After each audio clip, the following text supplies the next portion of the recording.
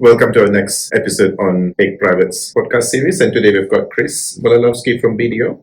So we have worked together now, crossing into the 10th year, actually, from 2016 till now. And as you know, you've been a key mentor for me in the industry, and that's how I would describe it. I've learned significantly from you over the years, and I think in a lot of ways, the way I provide advice and the structuring advice that I work with clients these days are largely guided by you in that process. And we've worked on multiple different client files and even on my business adventures as well. Thank you very much, Karam. Yes, it's been a pleasure to work together on numerous clients over the 10 years. A not insignificant reason for the success of the relationship is because of your understanding of my world and your understanding of what you are permitted or is appropriate for you to discuss with your clients, where the border is, where the red line is, and when to hand someone over and how to project manage those clients. So I know that, for example, you're authorised to talk about taxation in your world, but there are limits on what you're entitled to talk about. You know some of the issues that arise relevant to today's podcast with regard to international taxation, and you know how to just raise them with the client, flag them, and to indicate that we need some specialist advice. We need someone to confirm my thinking here, rather than committing yourself to an answer and trying to be all things to all people.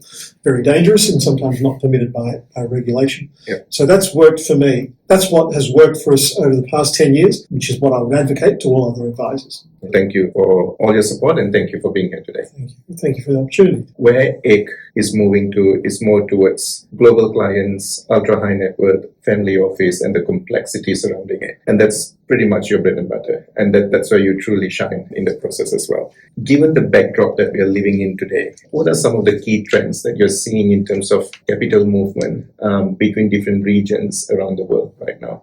It's perhaps all been exacerbated very, very recently for very obvious reasons. Yeah. Global turmoil, geopolitical turmoil, which results in social turmoil, and that percolates right down through to the individual level, families, family units, family offices, and the individuals within those family groups. So that's always been there for however long human beings have existed. There's always been turmoil, and that drives certain decisions, capital decisions. But it seems exacerbated right now. All of the very, very obvious global geopolitical tensions, and not just tensions, but real geopolitical disruptions that are occurring. In all of that, Australia has for many, many decades, if not longer than decades, been seen as a safe haven. Yeah. In various contexts. It's seen at present, and there have been different regions over the 150 years or so from where that capital has come. More recently, what I'm seeing in particular is it's coming from the south and east of Asia. There are increasing flows from other parts of the world that might have been safe havens earlier, parts of Europe, the Middle East, perhaps because of our proximity and profile of our population, significant flows from the south and Asia into Australia right now. No surprise, as I say, because of Australia's regulatory, the rule of law, environment, geopolitical stability. We have our complaints about the government of the day, depending on political persuasion you are, but by and large, globally, Australia is seen as a safe haven for those contexts. We're transparent with regard to our investment rules and our taxation rules, albeit that they are complicated. Yeah. But there's a trade-off between that complexity and stability and transparency, and that's appreciated by a lot of global capital. Sometimes, though, Australia can be seen as a little bit over-regulated, and that can be a bit of a deterrent. And sometimes when I'm seeing some of the capital flow into Australia, at some point, there's a temptation to take it back out. Yeah, right. And that's because of the overregulation or perceived overregulation that I'm talking about, without an appreciation of the stability that brings. And also because, afraid to say, there's a view of Australian regulators or governments at state and federal level being a bit greedy with regard to things like foreign purchaser duty and land tax, which applies right across Australia. How much of the conversation is usually about the end tax dollar, or does it usually revolve around more how are we going to grow the business, the family stability, the environment we are living in? Does that largely guide towards the decision, or is it mostly the end tax dollar? Although tax is a significant in the planning and the decision to bring capital to Australia, it would be really peculiar if that was your motivator, because Australia is a comparatively higher taxed jurisdiction jurisdiction, higher taxing jurisdiction. Well, as the influencers sitting in other parts of the world. Yeah, they'll attest to that. And so it's rare that you'll find someone sitting offshore dreaming of coming to Australia because of its tax regime. It's a deterrent. Tax is an element in the decision, but tax planning to ensure that we mitigate and pay as least tax as we have to in Australia. It's not the motivator to come here in the first place. It's some of those other factors that I talked about, stability, the risk profile with regard to our regulatory regimes, our financial services sector, the finance sector more broadly, institutional certainty, sovereign stability even. No one's thinking that Australia is going to default on its bonds and bankrupt, and we have banking collapses and inflation that's out of control. It's those factors in particular, and might I add things like environment, pleasant environment, physical environment, but the economics and the governance of Australia would have to be predominant forces for bringing capital to Australia. Tax is a factor, but it's not the reason why you come here. Tax is a factor in your planning to ensure that we pay as least as is permissible. I suppose it is one of the very few countries with AAA credit rated. And again, one of the few countries that has got such a smooth transition of power after each election. We've never really encountered any issues around transition of power, whether it's federal or state level government, and that gives a lot of certainty for investors as well. In terms of the ultra high net worth again and the family office setups and the younger generation of family office establishment that are coming through the system, why is that gaining a lot of popularity? What is the main driver for that from your lens? The ultra high net worths and the family office. Australia is relatively immature in the development or formulation and maintenance of family offices. North America, much more mature. Western Europe, even more mature. In Australia, it's a relatively newish phenomenon, and there's a lot more interest at present because of growing wealth, significant inflows of capital from overseas, and it's those groups that are looking for integrated solutions. They're looking for something that ticks as many of the boxes that keep the ultra-high net worth individual or the family office awake at night. It's not just growing the business to X in revenue, growing the funds under or invested funds to a particular number. It's about integrated solutions, and that can be investment advisory, taxation, legal, accounting, sometimes very personal solutions as well. And for ultra-high net worths and family offices, it's everything from the most sophisticated dealings in some of the most complicated matters that you can imagine, commercial and legal matters that you can imagine, that are very high profile, public profile, through to the middle and right down through to individual services, what are known as concierge. And services that might even be something like someone going to the family home and opening the mail on a daily basis and confirming who's written to us and what bills are outstanding and what has to be paid, and everything in between.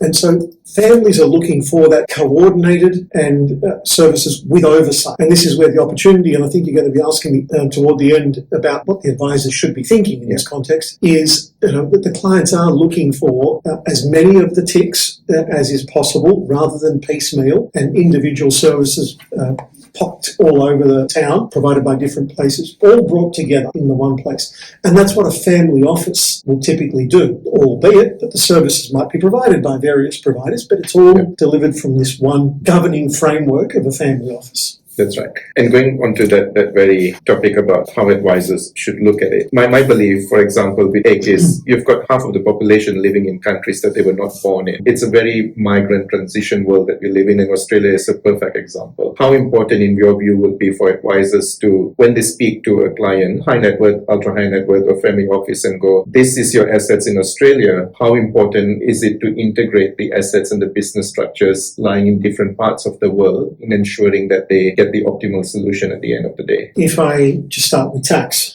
and in a integrated global economy, it's always been integrated to some degree. At present, global economies, particularly OECD countries to which Australia belongs, of course, there is a never before seen level of integration, and that is in the coordination of certain laws, the harmonisation of certain laws, and information sharing and the like. And taxation is no different. Taxation is a prime example of how that happens. And so if we are are looking at the Australian affairs of a high net worth individual or a family office, and we know that there's foreign exposure, and as an advisor, I'm certain that you're advising many of your clients, this is the Australian investment pool, 2% of global, somewhere thereabouts, you can correct me if I'm wrong, but the rest of the world is such a huge pie, you're very likely to have clients with exposure. Looking just at the Australian context from a taxation perspective in isolation is foolhardy. That is huge risk because there is the possibility of other jurisdictions bringing into consideration the Australian income generated or even capital gains, and the other way around as well. Yeah. Australia bringing into the tax net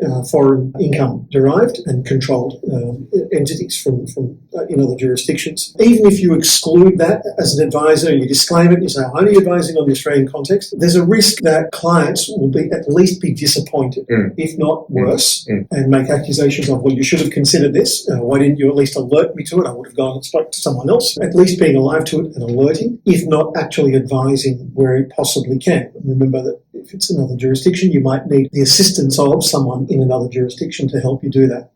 That is replicated in many other areas of advice, because I indicated that tax is an element of the advice, but it's not the driver for coming here. It's important, but they're coming here for other reasons, and stability, asset protection is critical. And if you don't get your asset protection, succession, even estate planning strategies right globally, the entire family wealth plan can fall apart. It can be picked apart because of a failure in one other jurisdiction that you've not considered. Yeah, and that is why a lot of our work in AIC especially involves around different experts in different parts of the world, and we've never shied away from doing that. The central element here is to make sure that the client's affairs are well looked after in different jurisdictions, and that comes down towards the end investment decision after that. Where do you see us going in the next 5 years in terms of the Australian landscape for the ultra-high net worth space? I don't see any abatement in significant flows coming into Australia. The regions that I mentioned at the outset, the south and east of Asia, will remain significant sources of capital. Recent geopolitical changes might mean the repatriation from the Middle East. We saw significant outflows, and I think we joked before the session started about a number of Australians moving to various parts of the Middle East because of the attraction, various reasons, access to capital, access to markets, low tax environment. That could change, and people coming back from those parts of the world. Europe as well, we shouldn't discount with, again, geopolitical risks in Europe that have existed for a number of years now, and some uncertainty about the economic situation of Europe more broadly, continental Europe and the UK. That could be a source of capital, and Australia has always been welcoming of capital and individuals. The qualifier that I put on that as well is the disappointment that I've witnessed from various individuals who have brought significant capital to Australia and have been disappointed with the regulation, the regulatory environment, perceived over-regulation, bureaucracy, the level of taxation. I am witnessing people either seriously contemplating or moving large chunks of their capital back out of Australia to other parts of the world. It's not necessarily greater opportunities. They just feel that it is an easier environment in which to operate. And there's a trade-off. Where it actually lands ultimately is anyone's guess, but an interesting thing that I just saw today, a cruise ship, the World, and offering individuals 20 million plus a year permanent home on the, people are contemplating things like, being a tax resident nowhere.